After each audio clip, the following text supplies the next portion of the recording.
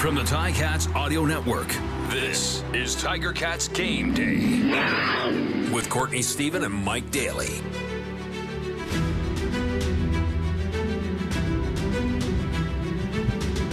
Welcome back to another episode of Tiger Cats Game Day on the Ticats Audio Network.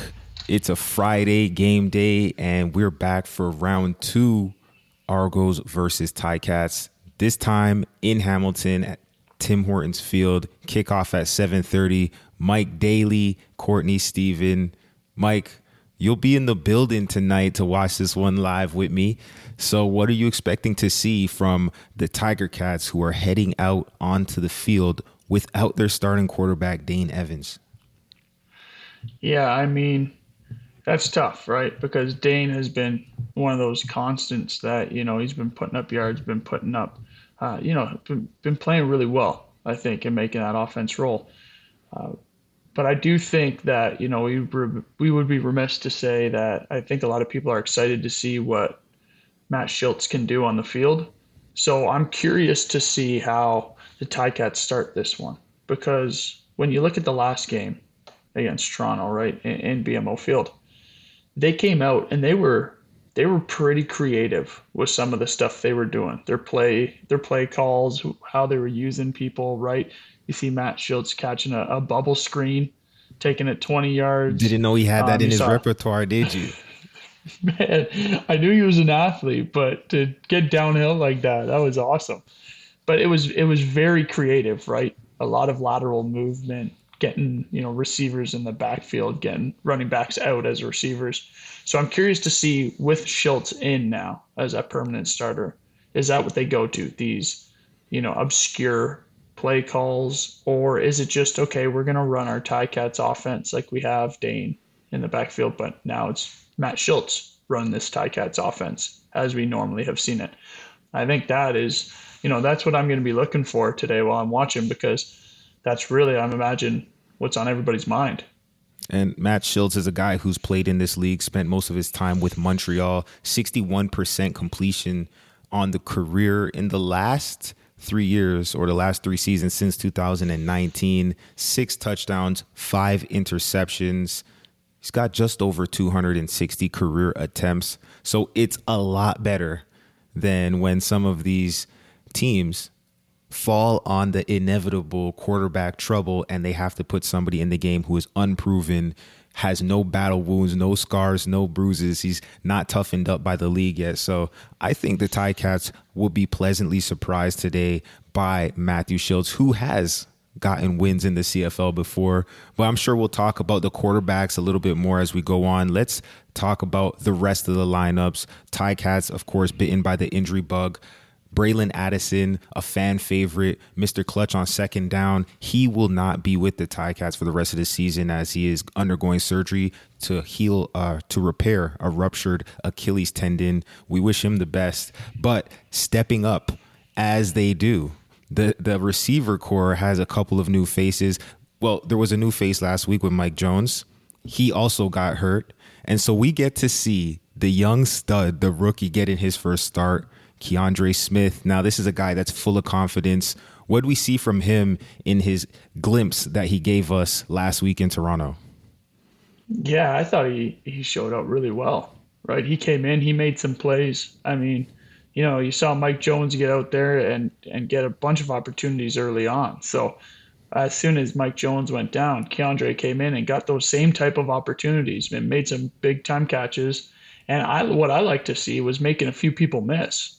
Right after those catches, I mean, he made a couple guys fall down. So I'm excited, man, because, Court, just think back, your first start, right, as a rookie. Like, what kind of emotions did you have? What was going through your mind? Because that's exactly what he's going to be going through, especially at a home crowd in front of, Tim Hortons Field. Well, I got christened in the CFL my rookie season. The first start that I got was in Regina at the old Mosaic. And, those fans don't take it easy on you. I remember lining up across from a veteran receiver who thought that it would be a great idea to just welcome me to the league with a headbutt on the first play. So I wouldn't be surprised to see some of that same energy coming from the Argos DBs. They know full well who they're lining up against, and there is a huge mental component to this game. So getting inside of somebody's head and playing the game within the game, as they say, I think those are the types of things we can see, especially if you zoom in ISO cam on some of these players and their individual efforts through the game. Another receiver that hasn't been seeing too much action lately that we're going to get to witness his return to the field, David Ungerer III. He's a guy who's contributed a lot in the past, and I think Matthew Schultz is going to need all of his weapons today. Of course, you've got Tim White, and you've got Stephen Dunbar Jr. and Lamar Durant, all names of guys who've contributed in the past. But with a new quarterback, a couple of new receivers, I think that we will see maybe a more basic, but hopefully a clicking offense. If you're Tommy Condell, do you come out like they did in Toronto and throw that thing deep? I thought that if they hit that play, it could have cracked the game wide open. On the first drive, they threw the ball, I think, 40 yards down the field. It ended up being incomplete, but we knew the tempo right away. How do you think Tommy Condell opens this game? Do you think they're feeding Keandre, Ungerer, Tim White, the guys who haven't touched the ball as much? Or do we see Don Jackson, who had a humongous game last week with over 60 in the air and another 47 on the ground? How do you open this game if you're the Ticats? Yeah, I think what you're going to see is, Tommy looking back at, okay, what helps Matt Schultz be the best Matt Schultz he can be? And I think everybody's seen it on the field. It's when he's running. Right? It's when he has the ability to pull the ball, whatever it might be in a read, to, get out on the perimeter and make some guys miss. So what I'm expecting to see is a lot of that. Maybe a few two-back sets to get some of these new receivers or a guy like David Ungerer, just kind of a slow start into the offense again, or a Keandre Smith, right? Just a slow start as opposed to being out there 100% of the snap. So look for some two-back stuff, I think. You really have to lean on the running game of both Matt Schultz and Don Jackson and Sean Thomas Erlington, right? So I think when Tommy looks at really what helps Matt Schultz is, let's get some of these guys in, have the ability to hand the ball off, have the ability to run it himself, and then just have some simple pass plays, off of that. So something to Stephen Dunbar or Tim White, just simple reads, right? 1, 2, if not there, take it, run, try to get what you can, or get a check down to one of those running backs that are coming out of the backfield. But I think when you look at the Ticats and what they've done well with Schultz is exactly that, is get him the ball and get him running. Now, Schultz has given the Ticats a little bit of a insurance policy all through the year. You know that you have a bona fide guy with reps behind your starting quarterback. So maybe some of those quarterback design runs that we saw Dane have, or maybe even the ones that Schultz came into the game and took on, you feel a little bit more comfortable because you've got two guys who could step into that spot. With Dane out of the picture, you got Jamie Newton, Jalen Morton as the backups, combined 3 years experience between the two guys. None of them really been a starter in this league. Do you feel confident running with Schultz, knowing that he's one hit away from throwing a guy who's less experienced in the pros into the fire? Or do you protect that quarterback a little bit more? Yeah, I think maybe you're a little more conscious, but Court, to be honest, the situation that the Ticats are in, right, going down 1 against the Argos, Montreal beating Winnipeg last night, they need to start winning now, right? And we always talked about it. We said, you know what? Don't panic. It's not Labor Day yet. But with the stretch that's coming up, this is kind of that, Labor Day type feeling where we need to win some of these games. The Ticats need to start pulling some wins out of this. And I think the situation they're in is, especially with the crossover that we had talked about before, you need to finish that top 1 or 2. And to drop a tiebreaker against the Argos, and I think that's not even in their mind, right? So I think you look at this game as, nope, we need to win this game. Whatever's going to help us win this game. And you've heard Coach O say it time and time again. It doesn't matter what we have to do to win the game, but we'll do what makes us win the game. So if that's running the ball with Schultz, well, they'll say, hey, Matt, run the ball. Maybe Tommy's in his ear saying, hey, but at the end of the run, just slide. Please slide. Maybe that's the way, Please slide. Yeah. Maybe that's the big difference as opposed to, get those extra yards. It's, hey. Talking about putting pressure on quarterbacks, this week we will not see Mason Bennett, Malik Carney starting at that defensive end spot, along with Micah Johnson, Dylan Wynn, Julian Hauser. This D-line has been getting a lot of pressure lately. I think it's been reflected in the opportunities that the DBs are getting. Also, the strong performance against the run. You got a guy like Andrew Harris, known for being a tough runner, especially inside between the tackles. He was, 14 attempts, less than 50 yards. So they did a number on him to contain him. And I think that gave the Ticats an opportunity to be in the game for as long as they were. But let's talk about this back end. Very talented. These guys are at the top of the league in pass breakups. They're stopping people from the explosive plays, typically, except that 49-yarder they gave up, which led to points last week. But between Jamal Roll, Cariel Brooks, Tunde Adelke, Richard Leonard, Ciante Evans, are these guys going to start turning the ball over? I know that you've played with all of these guys. What is it that they've got to do to have an even greater impact? They've been playing well. They have been playing well. But like you said, a team that needs to win, needs to make big plays. What do they have to do to impact this game? Yeah, it's and Court, you know this better than most, is you just have to catch the ones that come to you. That's it, right? They had 3 opportunities last game that could have blown that game open, right? You get one of those, Court. You know what that does to the defense. You know what that does to the opposing offense. Gives field position for the other offense. Like, catching one of those interceptions, that's a huge, huge play. When you look back at that last game, Coach O said that there's certain plays that happen that'll determine the game, determine the outcome of the game, right? There's 6, 7 plays that are really what defines that story of the game. And I think, not catching 1 or 2 or all 3 of those opportunities that they had at interceptions, that's just a backbreaker, right? Because those almost directly lead to points as long as you get some field position or score yourself, right? Because there are 5 guys on the field. When you intercept the ball, there are 5 guys on the field that if you get tackled by, you will never hear the end of it, right? 5 of those old linemen running downfield trying to cover an interception return. I mean, you know how it goes. If you get caught by one of those guys in the open field and not score a touchdown, you're never hearing the end of it. So that's a huge, huge, huge opportunity to score or get into good field position. So I think that's all they need to do in that back end is catch the opportunities, because you're right. They're there. They're making plays. They're around the ball. They just have to catch them. That's really it. Yeah, and I mean, sometimes easier said than done. I remember as a player, I always used to tell myself, you get 60 plays a game, give or take. Over an 18-game season, you're going to see about 1,000 plays. And if you catch the ball 5 times as a defensive back, that is less than 0.5% of the time that you're on the field getting a chance to make a play. You will be an all-star. So it sounds good. It sounds easy.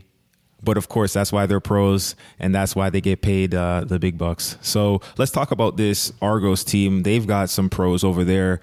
On the defensive side, Wynton McManus, goodness gracious, 10 tackles, sack, forced fumble. He's been causing trouble for opposing offenses all year, having definitely one of the best seasons as a linebacker in the CFL right now.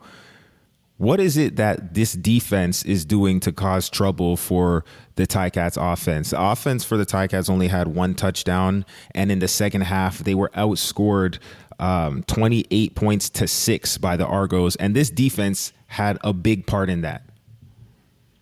Yeah, big time. But first, I want to give credit where credit's due, right? When we talked about this game last week, it was, we got to worry about that Argos D-line. Well, Ticats O-line, no sacks, right? Which is awesome, because when we were talking about this, Argos D-line is one of the top in the league, right? But when you have a guy like Wynton McManus back there making 10 tackles all over the field, there's one level that's taken care of, but then you got to worry about the second level and the next level over there. So I just think what ended up happening was the execution dropped, whether it was and it's tough to figure out what the reasoning for that is, right? Was it not as crisp as routes, or was it the Argos DBs being able to cover a little bit tighter, right? Being able to understand what the Ticats were trying to run.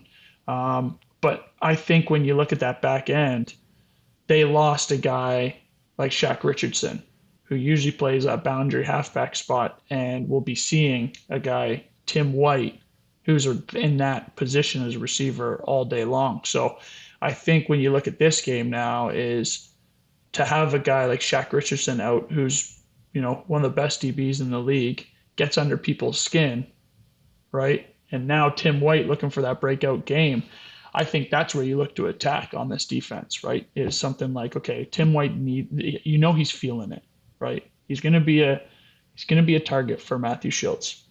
And with Shaq Richardson out, that's lined up across from him, I'm starting to think that, that's where that Argos defense will have a little chink in their armor. Speaking about who's out of the lineups, Eric Rogers out of the lineups after his return last week, and a familiar face, number 16, Speedy B. Brandon Banks will be at the X position for the Argos. Now, McLeod Bethel-Thompson, he's been playing with DeVaris Daniels and Markeith Ambles a little bit longer. We know that he loves to go to Curly Gittins Jr., who was held to just one catch last week. But Brandon Banks in the lineup, he's got to do some things to the strategy for the Ticats. I imagine there would be, maybe a little highlighter or just make sure we know where this guy is. He's faster than most of us kind of thing. Can we make sure he doesn't slip past? Because Brandon Banks has made a career out of those home run plays. Maybe not necessarily catching the ball 10 times a game, which he's done, but it's the one play where it's like the viper bite. It only has to hit you once to really do some damage. What's it going to be like for Brandon Banks stepping back into Tim Hortons Field? Is he going to have fresh legs, and is he going to be a threat? Well, listen, I want to turn this back on you because you have the unique experience of going to play somewhere else and then having the opportunity to come back and play at Tim Hortons Field. Because I could imagine, and this is just me guessing, which I want to hear from you, but I could imagine it just gives you an extra bit of juice coming back on the field in different colors in front of all those fans that know you, in front of your teammates that know you. But yeah, what was that like for you? Because I'd imagine it's going to be very, very similar for Speedy. Oh, lots of emotions. And we know that football is an emotional game to begin with, but the crowd at Tim Hortons Field is just electric. And so being able to feast on that energy, it is contagious. And for a guy like Brandon Banks, where you would not be shocked at all to see a ton of 16 jerseys in that crowd, I think for him it'll be a moment where he'll want to show the team, hey, look what I can do. I'm still who I know I am. I'm still who I was when I was over here making plays. And the fact that they parted ways, maybe they didn't end on bad terms per se, but you always have a little bit of a chip on your shoulder and you have something to prove when you're going back into familiar territory. So I think he's going to be charged up. I think it will take a little bit more for him to get tired. He'll be pushing through some fatigue, but the extra effort will be there. The playoff intensity will be there. Let me stay in bounds and try and get 3 more yards and run through this DB's weak arm tackle instead of stepping out. I think we'll see a little bit more of that from Brandon Banks. And when he's got the chip on his shoulder, look out, because I remember a game against Montreal a few years ago when he scored 3 times in one game and he wasn't even on offense at that point in time. So he's dangerous, and a man on a mission, watch out. You might have to get out the way. Hey, so knowing all of these things, all the guys who are playing, all the guys who are not playing, what are the matchups that you're going to be looking out for? Because we talked about this team last week. We're talking about the same team this week. We're going to be talking about the same teams in a couple weeks from now. So there's not so much new stuff to cover, but where are you going to be putting your ISO cam? Where's your matchups that you're going to be keying in on? Yeah, so number one, where I think, was really a differential in that last game was the punt teams, right? And I didn't want to put it specifically on the punters because what ended up happening is you looked at the net punting. So that's how many yards after the punt with the return and where the starting field position, how much total yardage that return team gained. Well, Toronto was 10 yards average better than the Ticats per net punt.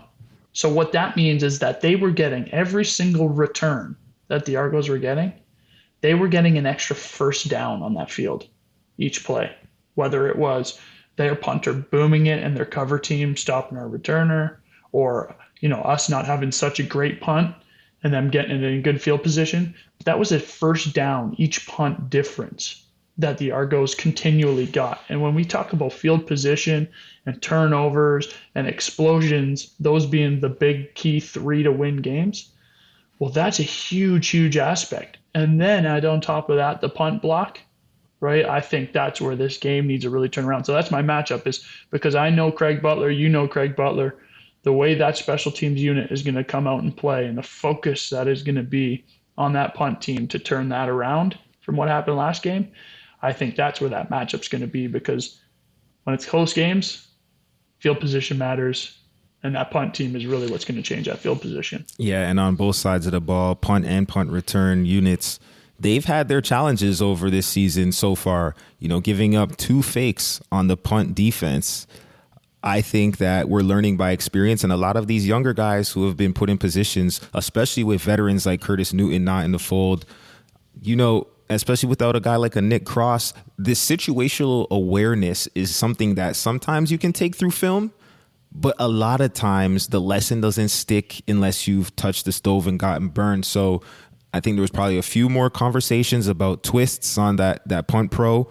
There's a few more conversations about potential fakes when we're at midfield in that go for it zone. And I'm interested to see the decisions that the returners are making when we're in that no man's land, 10 yards and in towards the end zone. These are all situational awareness things, but you make great points. I definitely know in the heart of my heart that the punt teams will have a huge impact on this game. I mean, you're going to punt the ball 7, 8, 9 times a game. And if you're giving up a 10-yard differential right there, that could swing great field position that starts out in the first quarter to the other team having great field position late in the first half or late in the second half, which turns into points inevitably. For me, I'm looking at special teams from a different angle. How about the return game?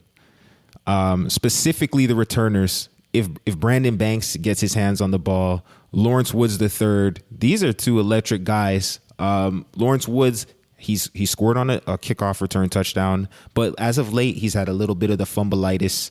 That's a kind of thing that can get into people's head. But if he's mature about it, if he's got the mental toughness, especially with 2 offenses that, they're not really blowing games wide open, but they're moving the ball. I think scoring on special teams and scoring on defense would be huge for either of these teams. Yeah, and that's what you looked at last game, right? Is that was, really what blew the game open for the Argos, was scoring on special teams and that interception for a touchdown. That's really what ended that game. And, you brought up a good point, that kind of no man's land for the returner. That was one of those other defining moments. So just to clean up some of those, I mean, it's just one of those things where all the bad bounces went the Ticats' way last game. So I think it's a no panic. It's a little bit closer, and they do have a good opportunity here. And then finally, we talked about the other matchups, like the Garrett Davis against Travis Voronkow, the Simone Lawrence against Andrew Harris. But I want to add one more on top of that, and we touched on it, is the Speedy B versus Jamal Roll.